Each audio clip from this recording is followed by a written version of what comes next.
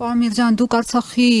լուծարման հարցը դրեցիք Շահրամանյանի վրա, հողում անելով Արցախի լուծարման հրամանագիրը, որը մարդիկ մերան ասելով, որ դա առ ոչինչ է, իրավական որևէ ուժ չունի, դրա համար մի տեսական հասկանալ էր ձեր բացատրությունը, բայց իմ հիմնական հարցը վերաբերում է փոխզիջմանը։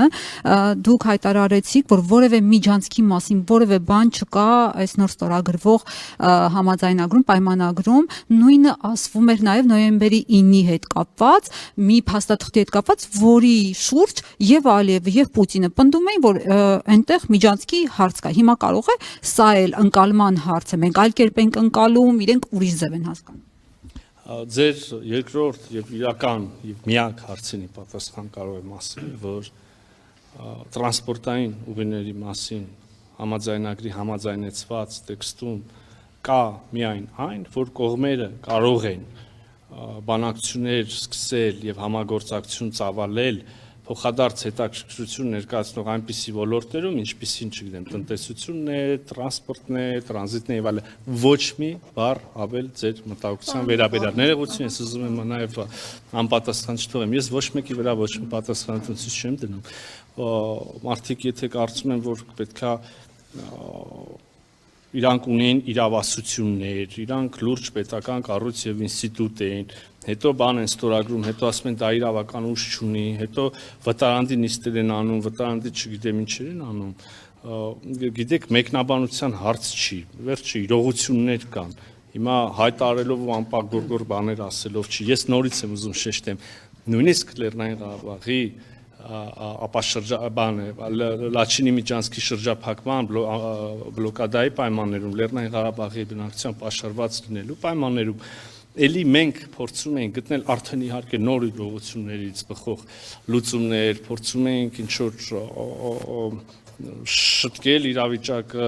եթե չասեմ երաշխավորված լուծումներ, գոնե մեխանիզմներ, որոնք կարող են բերել հնարավոր լուծումներ եւ հիմա կարող են Լեռնային Ղարաբաղում շարունակել ապրել մարդիկ իրենց տներում, այդ լուծումները այդ մարդկանց կողմից են նաեւ մերժվել։ Հիմա ուզում եք դուք ասեք ուժ ունի, իրանք ասեն ուժ չունի, Պողոս ասի, չգիտեմ ինչ, փաստ մնում է փաստ։ Վերջ բաներ կար մեկնաբանություններով պատասխանել։ Պարոն Միրզոյան, դիտորդ իսկապես Շահրամանյանը հո չգնաց Պրահայում ասեց, որ Արցախը Ադրբեջանի մաս է։ Պարոն Միրզոյան, ԵՄ դիտորդների հետ կապված կարող եք հստակեցնել, հետ քաշվելուց հետո մնալու են Հայաստանում, թե գնալու են, եւ եթե 2 տարի այդ ժամկետով արդեն երկարացվել է, եթե նման հարց կար, ինչու Հայաստանը դիմեց, որպեսզի երկարաձգվի նրանց գործունեության ժամկետը։ Տեսեք, ԵՄ դիտորդների մանդատի մեջ հստակ կա ֆիքսված նպատակ նպաստել սահմանի երկայնքով եւ սահմանամերձ ուրեմն ռեգիոններում երկու կողմից էլ կայունության եւ խաղաղության գործընթացին։ Մենք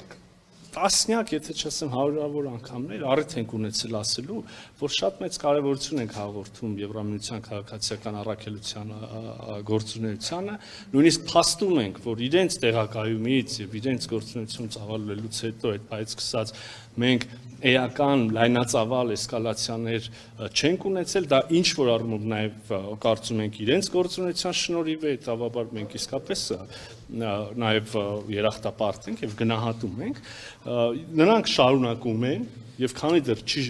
ստորագրվել, շարունակելու են։ Հիմա, երբ որ պայմանագիրը կստորագրվի, կվավերացվի, կմտնի ուժի մեջ, դա նշանակում է, որ խաղաղություն է հաստատված։ Իրենց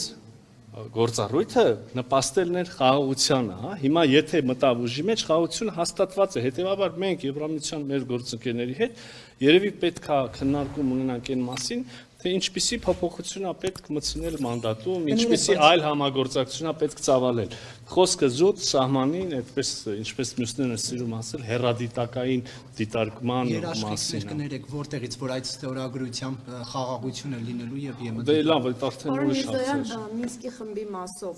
դուք նշեցիք։ Դուք հարցրու տվել եք Տեկին Գարստյան, բոլորը հարցրել եք։ Շնորհակալ եմ, ստեսյալ։